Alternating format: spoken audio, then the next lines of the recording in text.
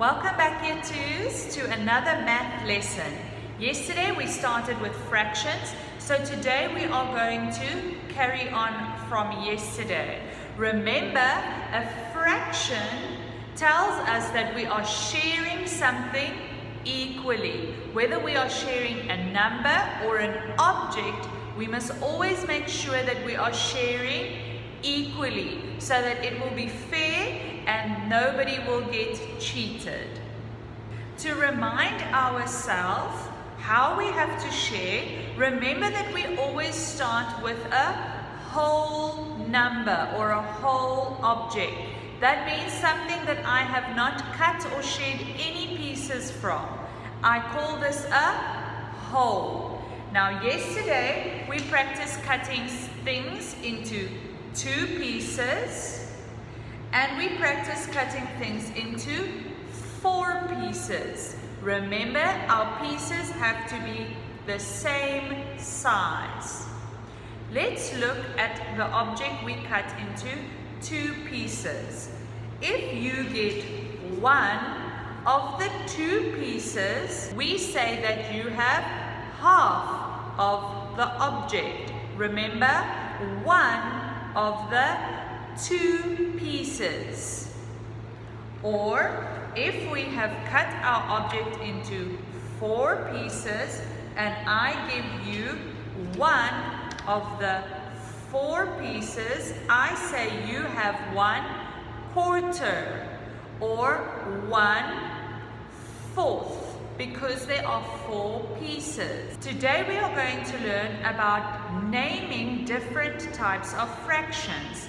Because what if you take your whole number and cut it into 3 pieces, or 5 pieces, or 7 pieces?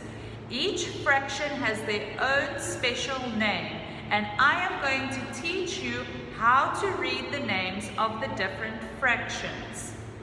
For the next part, we are going to be working from our textbooks. Let's look at our course book.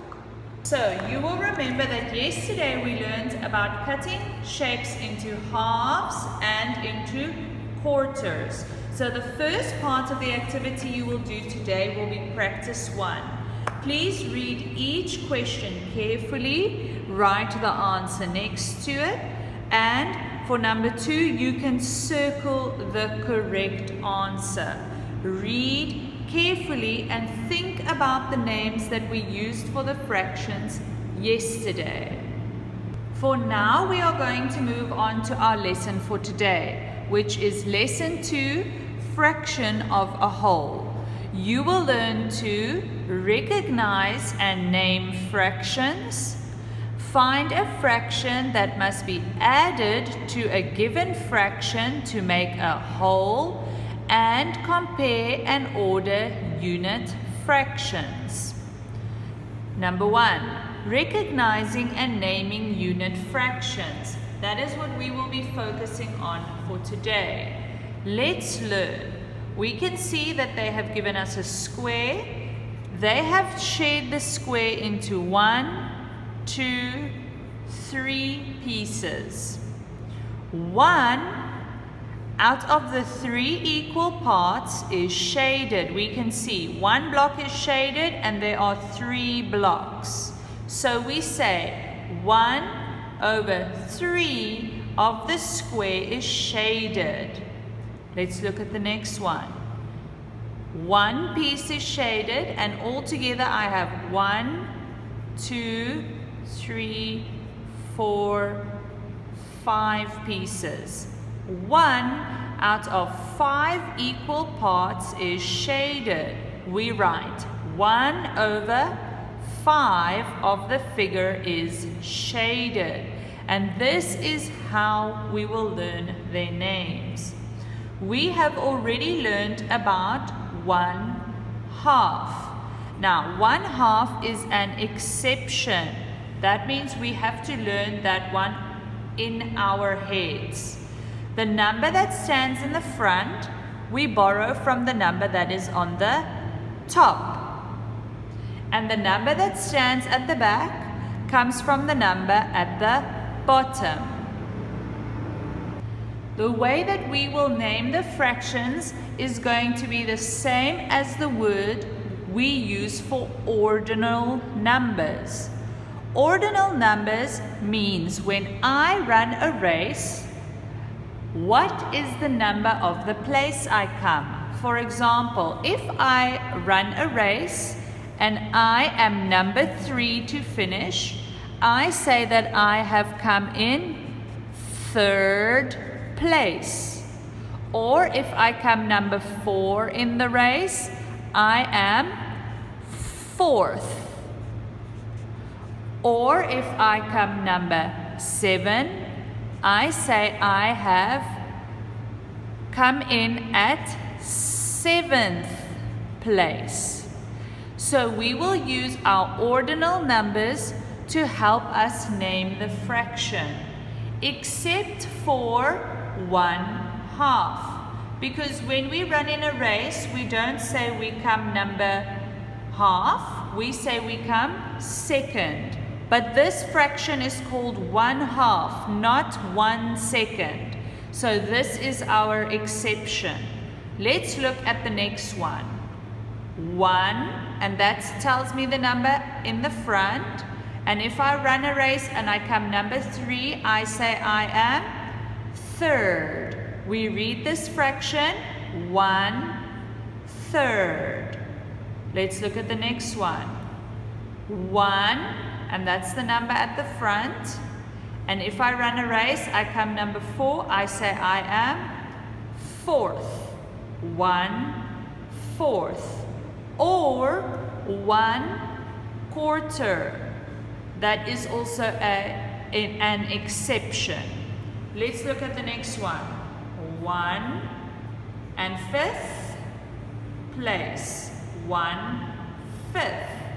And we can do that with all the rest of our fractions. 1/6. Look carefully, they're all ending on the same sound at the back here, TH.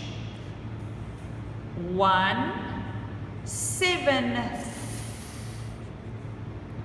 1/8.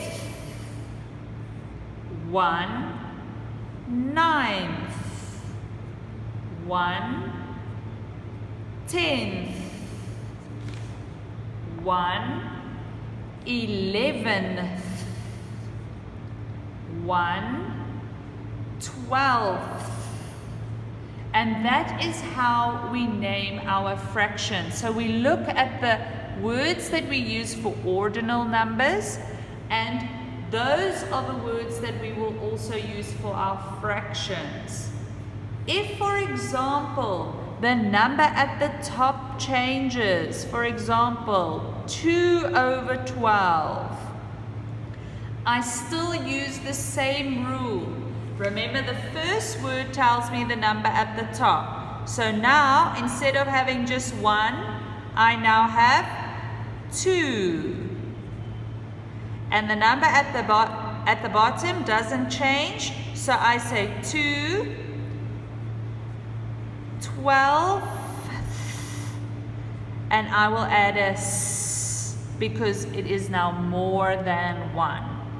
So if we look at the bottom, 1/2, 1/3, 1/4, 1/5, 1/6, 1/7, 1/8, 1/9, 1/10, 1/11, and 1/12 are unit fractions. Let's do these sums together.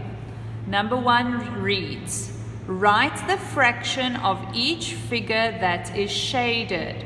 Remember, when I write my fraction, the number at the top tells me how many pieces are shaded, and the number at the bottom tells me how many equal pieces I shade my object into.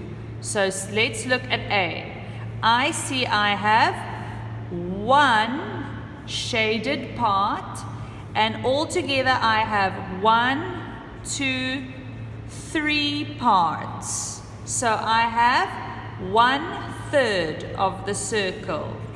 Let's look at the next one. One part is shaded, and altogether there are 1, 2, 3, 4, 5, 6 parts of the square. So 1/6 of the square. Let's look at the next one. One part is shaded, and altogether there are 1, 2, 3, 4, 5, 6, 7, 8. 8 parts. 1/8 of the rectangle is shaded. Let's do one more. One piece is shaded, and altogether there are 1, 2, 3, 4, 5, 6, 7, 8, 9, 10, 11, 12 pieces. 1/12 of the circle is shaded. And 2 asks us to color each figure to show the given fraction. So, first I check, are there 4 pieces? 1, 2, 3, 4. Yes. How many pieces do they want us to color? 1 piece. Let's look at B. I should color 1 of the 5 pieces. So I check 1, 2, 3, 4, 5, and I color 1 piece. Now you are going to do exercise 2 on your own. If you need any help, please send me a message.